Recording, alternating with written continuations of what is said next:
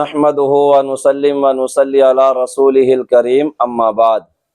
ایک رافضی ذاکر ہے آصف رضا الوی، اپنی ایک مجلس میں کہہ رہا تھا کہ نبی صلی اللہ علیہ وآلہ وسلم کی بیٹیاں اگر 4 تھیں تو واقعہ مباہلہ میں ایک بیٹی کیوں گئی ہے؟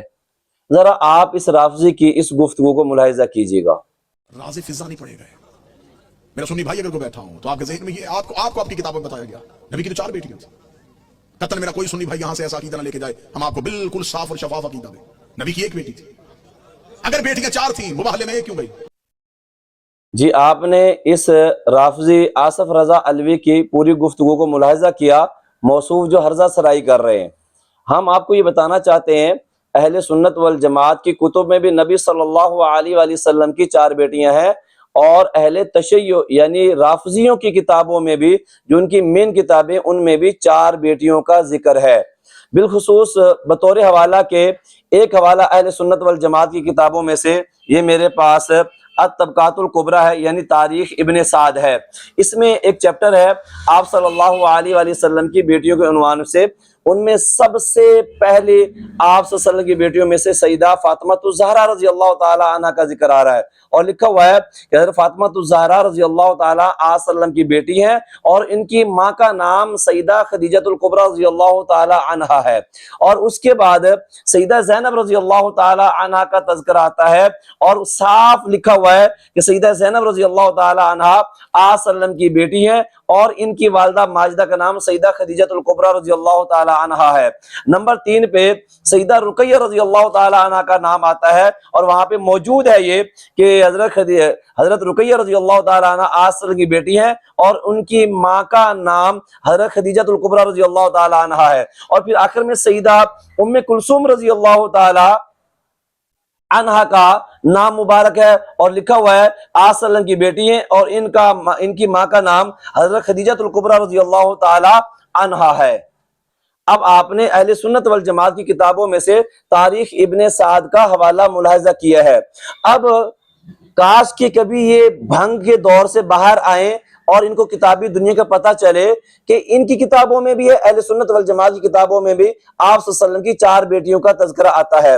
اب اس نے یہ جو کہا کہ واقعہ مباہلہ میں 4 بیٹیاں کیوں نہیں ہیں، 1 بیٹی کیوں آئی ہے، تو ان عقل کے اندھوں کو کون بتائے؟ نبی پاک صلی اللہ علیہ وآلہ وسلم کی بیٹیوں میں سے 3 بیٹیاں سن 10 ہجری یعنی واقعہ مباہلہ سے پہلے انتقال کر چکی تھی۔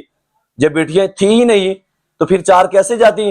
یہ تو ایسے ہی ہو جاتا کہ ایک بندہ یہ دعویٰ کرے اپنے باپ سے کہ ابا جان آپ مجھے اپنی برات میں لے کر کیوں نہیں گئے، تو صاحب ظاہر باپ نے یہ کہنا تھا پتر آپ اس دنیا میں تشریف ہی نہیں لائے ہیں، تشریف لاتے تو آپ جاتے نا، تو آپ کا وجود تو شادی کے بعد ہونا تھا۔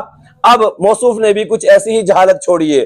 حضرت زینب رضی اللہ تعالی عنہ آسن سب سے بڑی بیٹی ہیں، حضرت رقیہ اس نمبر 2 پہ ہیں، حضرت ام کلثوم نمبر 3 پہ ہیں، حضرت فاطمہ الزہرا رضی اللہ تعالی عنہ نمبر 4 پہ ہیں پیدائش کی ترتیب میں بیٹیوں میں سے۔ آپ صلی اللہ علیہ وسلم کی بیٹیوں میں سے سب سے پہلے جس کا انتقال ہوا ہے وہ حضرت رقیہ رضی اللہ تعالی عنہ ہے، سن 2 ہجری میں غزوہ بدر والے دن ان کا انتقال ہوا ہے۔ دوسری بیٹی جن کا انتقال ہوا ہے وہ سیدہ زینب رضی اللہ تعالی عنہ ہے، جو آپ صلی اللہ علیہ وسلم کی بیٹیوں میں سے سب سے بڑی بیٹی ہیں، سن 8 ہجری میں ان کا انتقال ہوا ہے۔ اور نمبر 3 پہ سیدہ ام کلثوم رضی اللہ تعالی عنہ ہے، جن کا انتقال سن 9 ہجری میں ہوا ہے۔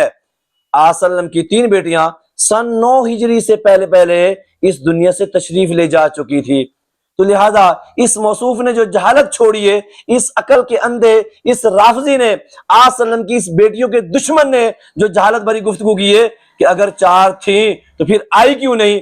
بھائی کیا وہ قبر سے اٹھ کے آ جاتی؟ جب وہ حیات تھی ہی نہیں، اس دنیا میں تشریف فرما تھی ہی نہیں، تو پھر وہ کیسے آتی؟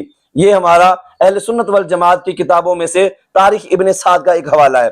اب ہم آپ کو رافضیوں کی کتاب یعنی اہل تشیع کی جو مین اہم ترین کتب میں نمبر اول کی ہے وہ ہے الکافی، یہ جو اصول 4 میں نمبر 1 پہ ہے، محمد بن یعقوب الکلینی کی ہے۔ اب اس میں صفحہ نمبر جلد نمبر 1 ہے، صفحہ نمبر 214 ہے، اور باب نمبر 111 ہے۔ اس میں لکھا ہوا ہے وَمَاتَ عَبْدُ الْمُطَّلِبِ